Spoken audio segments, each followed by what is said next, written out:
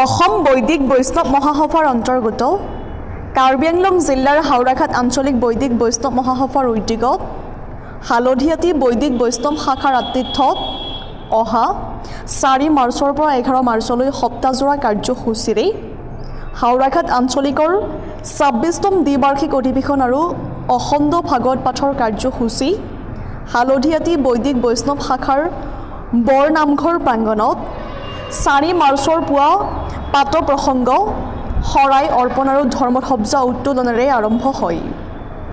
বেদৰ আধাৰত ধৰ্মীয় পৰম্পৰা ৰক্ষা আৰু ৰাইজৰ শান্তিৰ উদ্দেশ্যে আয়োজন কৰা অনুষ্ঠানত আজি তৃতীয় দিনাও অলেখ ভক্তপান ৰাইজ অৰ্থাৎ বৈষ্ণৱীয়ে অংশগ্ৰহণ কৰি হৰিনামৰ ধ্বনিৰে উত্তাল কৰি এক ধৰ্মীয় পৰিৱেশ গঢ়ি তোলে সমগ্ৰ অঞ্চলটোত। এটা সপ্তাহৰ বাবে অবিৰতভাৱে ভাগৱত পাঠৰ কাৰ্যসূচী ৰূপায়ণ কৰাৰ লগতে সামূহিক শৰণ ভজন আৰু সামূহিক বিবাহৰ কাৰ্যসূচী ৰূপায়ণ কৰাৰো দিহা কৰিছে আয়োজক সমিতিয়ে। News desk report JNKD news. মাধ্যমক আন্তৰিক ধন্যবাদ আৰু শুভেচ্ছা জনাইছোঁ। হাওৰাঘাট আঞ্চলিক বৈদিক বৈষ্ণৱ মহাসভাৰ 4 তাৰিখৰ পৰা 11 তাৰিখলৈকে অবিৰত ভাগৱত পাঠ, অখণ্ড ভাগৱত পাঠ আৰু দ্বিবাৰ্ষিক অধিৱেশন। আজি আমাৰ প্ৰথম কাৰ্যসূচী ইতিমধ্যে সমাপ্ত হৈছে আৰু এই ভাগৱত পাঠ বৰ্তমান চলি আছে।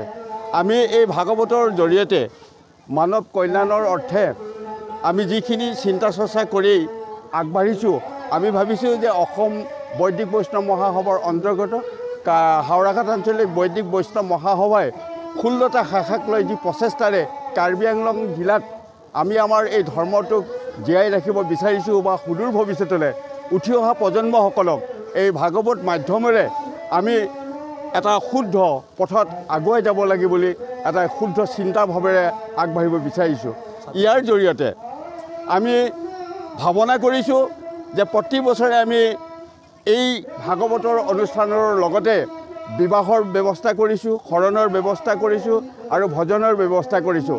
ইতিমধ্যে আমি ৰূপালী জয়ন্তী পাৰ কৰি 26টা বছৰত ভৰি দিছোঁহি।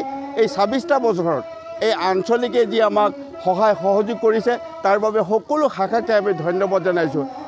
এই বছৰত আমাৰ এই হালধিয়াতি শাখাই যি মনস্থ কৰি আমাক আমন্ত্ৰণ কৰি এই অনুষ্ঠানভাগী পাতিবৰ কাৰণে সুবিধা কৰি দিছে, সেই তেওঁলোককো আমি আজিৰ তাৰিখৰ পৰা তেখেতসকলক ধন্যবাদ জনাইছোঁ।